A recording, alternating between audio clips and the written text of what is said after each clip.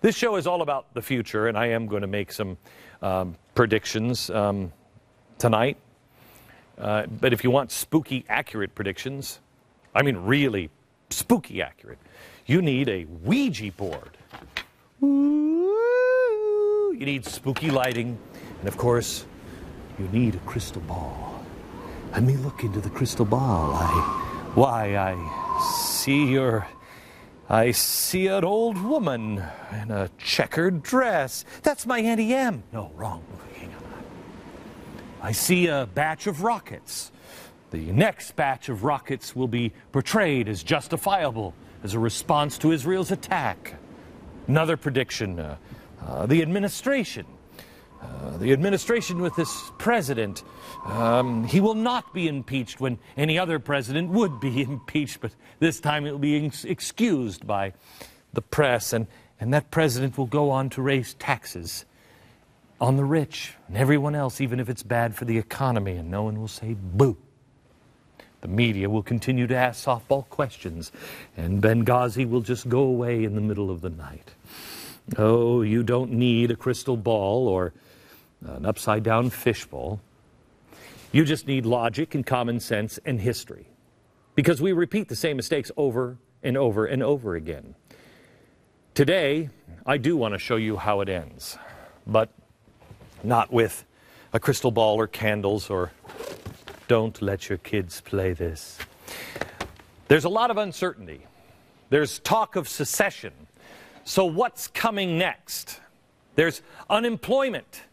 It's persistently high. National morale is low. The country is extremely polarized, cut in half. There's class warfare. Millions are living in poverty. The state of the economy is best described as being on a fiscal cliff. The unrest and violence. There's the value of our currency. It's plunging. And the government is now printing more money in order to pay off an insurmountable national debt.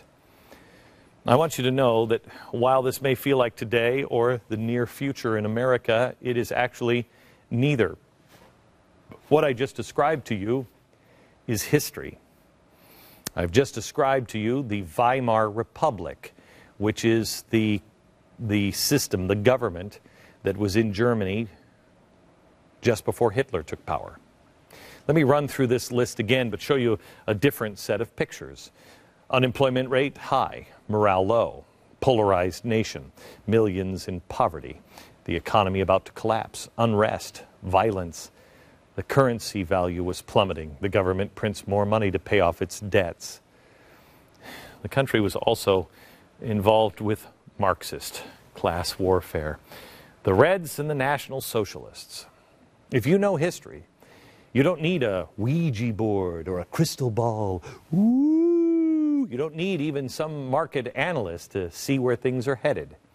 All you need is history. Yesterday on The Blaze, there was an incredible video which explains an awful lot of where we are in America. Watch. What do you know about the Fiscal Cliff?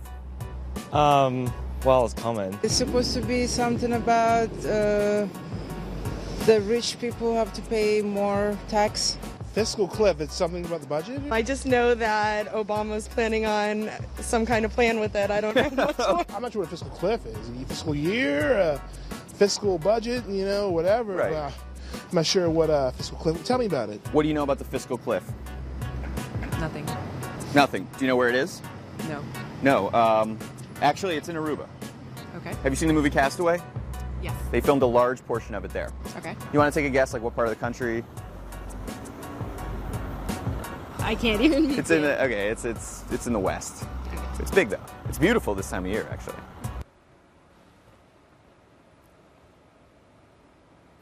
Americans have no clue as to what's about to hit. I started warning in 2007, prepare. And then they did all the bailouts. And I said, don't listen to them, it's not going to fix it. They're not going to tell you because they will prepare. And the best prepared will be able to seize control. And nobody has prepared because nobody has talked about it and really explained it. It's hard to blame people for not knowing about the financial mess we're in because nobody in the media is talking to you about it.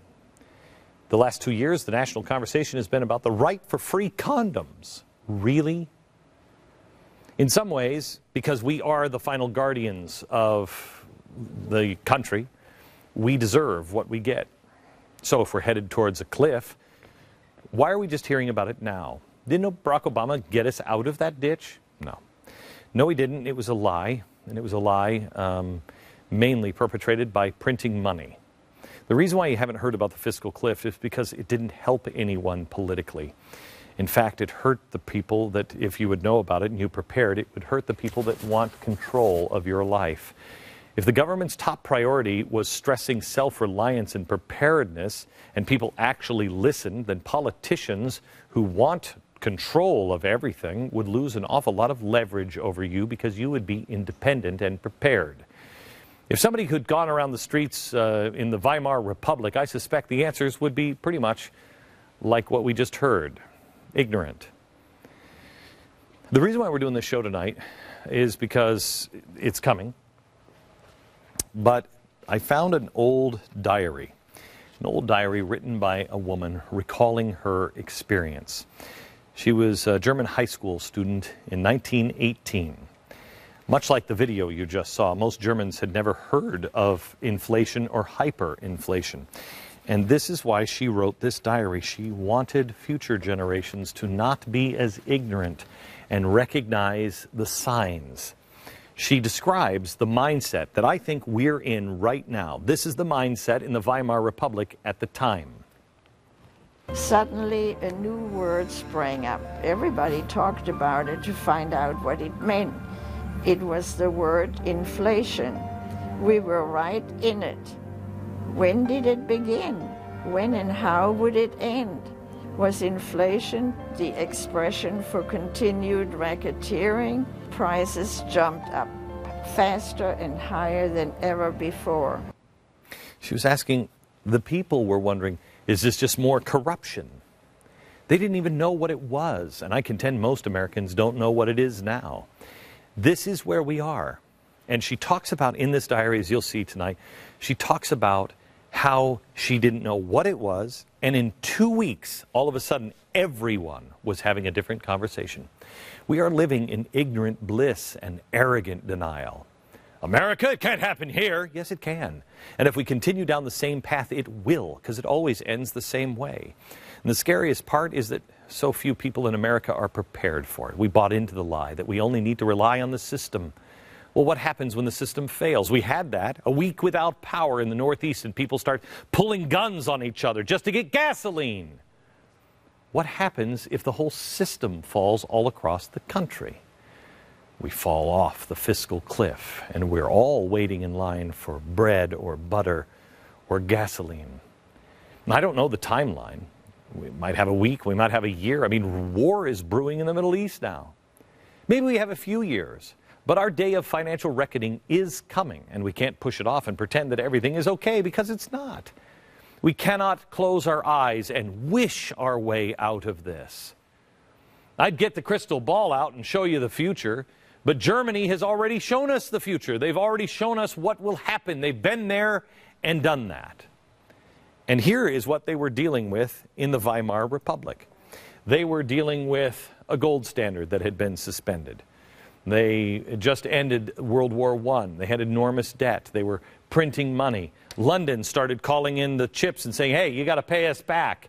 That devalued the currency. Then they legalized prostitution and the decay of social values and anti-Semitism. And then they said, hey, by the way, it's not illegal to have drugs as long as it's only a certain amount. We're repeating so much. Collapse is at the end. The first step towards solving a problem is admitting you have a problem. Do any of those symptoms there sound familiar, any of them? We think that the collapse at the end won't happen to us, even though we have every other step. Before Weimar, the German Empire was extremely powerful. It's not a nobody country. From 1871 to 1913, it doubled in population. It became the industrial powerhouse. Its navy went from non-existent to second to none, well, I shouldn't say that, second to the Royal Navy.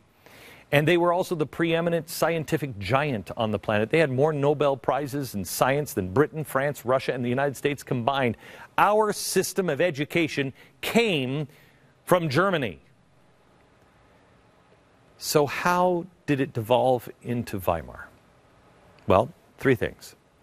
One, the negative consequences of a deadly and expensive war. Two, massive economic crisis.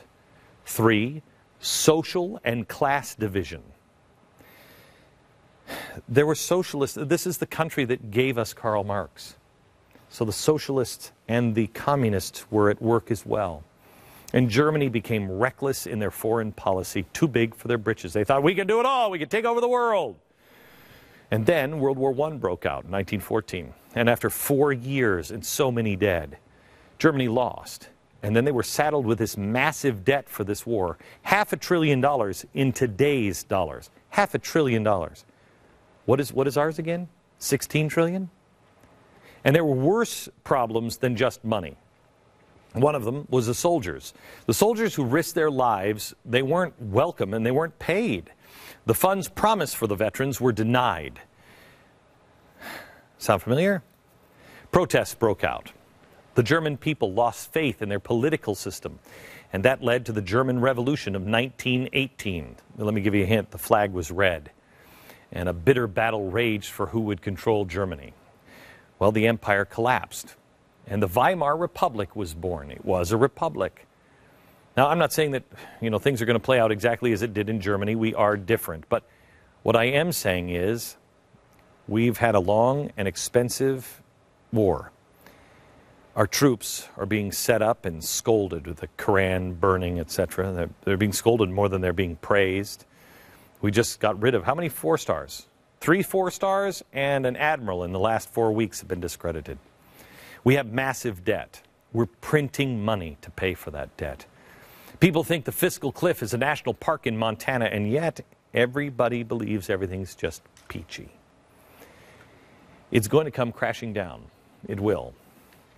And they'll take the planes, and they'll take the ships, and they'll take your property, our corporations.